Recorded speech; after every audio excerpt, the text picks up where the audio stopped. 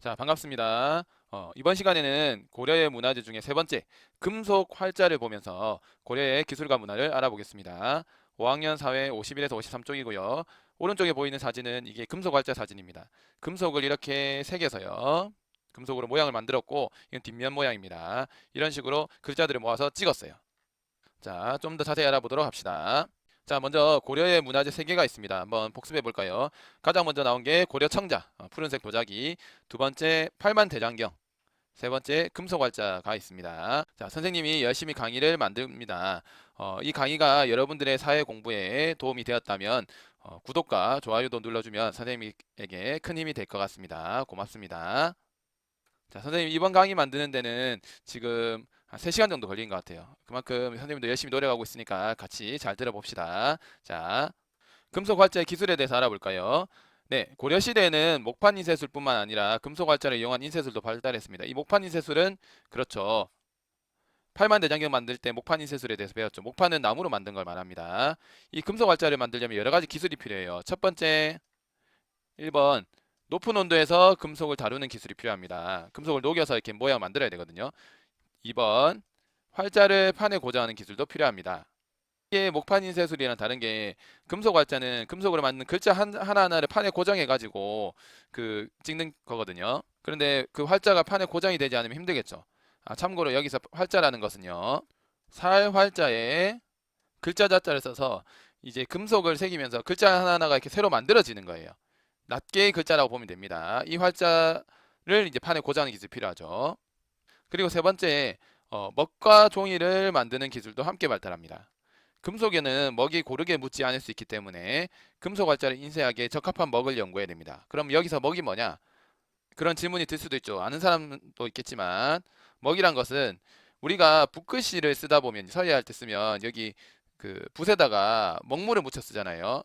이게 먹물입니다. 여기 있는 먹물을 묻혀서 이제 붓에다가 글씨를 씁니다. 옛날엔 다 이렇게 썼죠. 지금의 잉크 개념이라고 보면 돼요. 근데 이 먹물을 만들려면 여기 있는 것처럼 먹을 갈아서 먹물을 만들어야 돼요. 근데 이 먹을 갈아서 먹물을 만드는데 이 금속 활자에 이게 잘 안 묻을 수 있어요. 그래서 금속 활자를 인쇄하기에 적합한 먹을 연구해야 됩니다. 그래서 먹을 만드는 기술도 함께 발달해요. 그 다음에 금속 활자를 인쇄하면 금속의 날카로운 면에 종이가 찢어질 수도 있어요. 아무래도 나무보다는 금속이 좀 더 날카로울 수 있잖아요. 그래서 이를 견딜 수 있는 질기고 강한 종이가 필요했습니다. 이러한 기술을 바탕으로 고려는 금속 활자를 이용한 인쇄술을 발전시킬 수 있었습니다.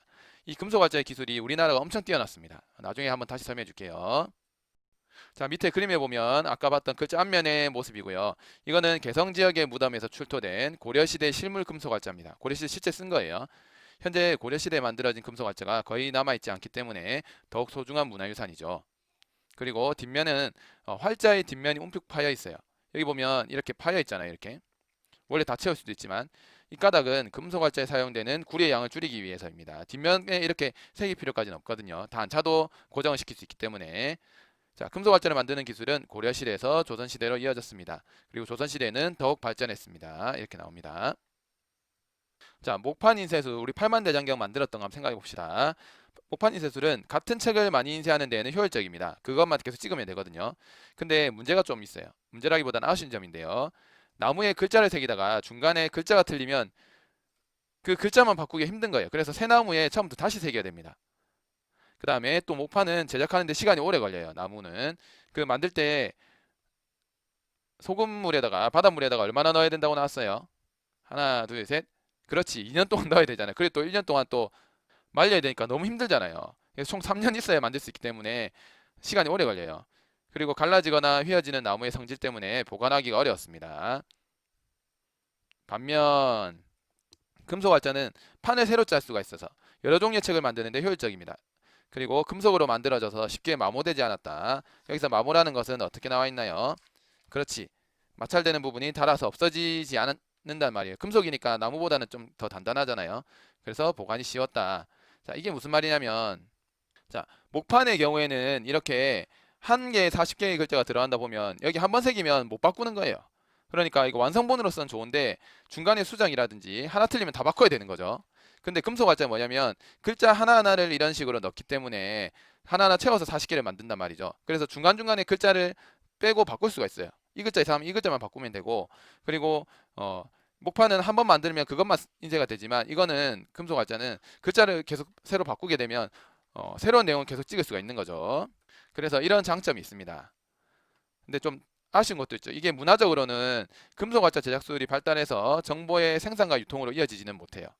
그러니까 금속 활자로 만든 걸 가지고 막 이렇게 널리 알리거나 유통 이렇게 세상에서 널리 쓰이지는 못한 거예요. 그래서 사회 변화에 끼친 영향력은 크지 않았다. 요거는 한계라고 볼 수 있겠습니다.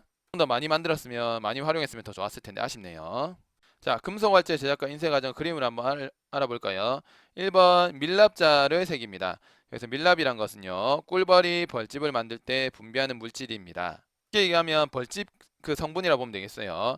그래서 밀랍으로 이 글자를 대충 만드는 거예요. 자, 그 다음에 여기 보면 밀랍으로 활자를 만드는데요. 여기 보이는 게 이제 글자들을 여러 개 붙인 겁니다. 이게 가지세라고 하는데요. 그래서 여기다가 글자들 다 여러 개 붙여요. 그리고 나서 이제 이 가지세 위에다가 이렇게 여기 보면 샘물을 붓기 전에 이 통이 있어요. 이런 통이 있는데 이 통에다가 가지세를 넣고 여기다가 거푸집을 만듭니다. 그 진흙이랑 황토랑 이렇게 섞어가지고, 그래서 거푸집을 만들어서 그 위에 이제 샘물을 붓는 겁니다. 그 위에 샘물을 부으면 이제 밀랍은 그 샘물에서 녹게 되고, 그 자리에 밀랍이 있던 자리에 샘물이 차면서 글자가 되는 거예요. 그래서 이걸 이렇게 떼어내면 이렇게 글자 부분에 쇠가 들어갑니다.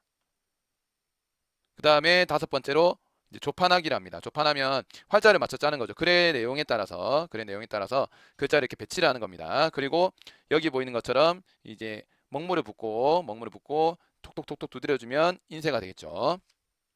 자, 그 다음 오른쪽에 직지심체 요절입니다. 자, 오늘날 전해지는 금속 활자 인쇄본 중에서 가장 오래된 것은 직지심체 요절입니다. 이 직지심체 요절은 불교의 가르침 중에서 깨달음에 관한 내용을 정리한 것으로 본래 상하 두 권인데 현재는 하권만 전해집니다. 참고로 직지심체 요절할 때 글자를 풀이해 보면요, 고들 직자, 직선할 때 직이에요. 지는 손가락지에서 그 가락지 할 때 쓰는 것처럼 가리킬 지자를 씁니다. 그래서 고든 마음으로 가리키는데, 심은 마음 심자고 체는 몸체거든요. 그러니까 마음과 몸을 뭐 곧게 하는 거다, 이런 식인데, 요 절은 이제 요는 요약하다, 절도 요약하다는 뜻이에요. 그래서 이런 깨달음에 관한 내용을 정리한 것입니다. 이 직지심체 요절은 유네스코 세계기록유산으로 등재됐습니다. 그만큼 가치가 있다는 뜻이죠.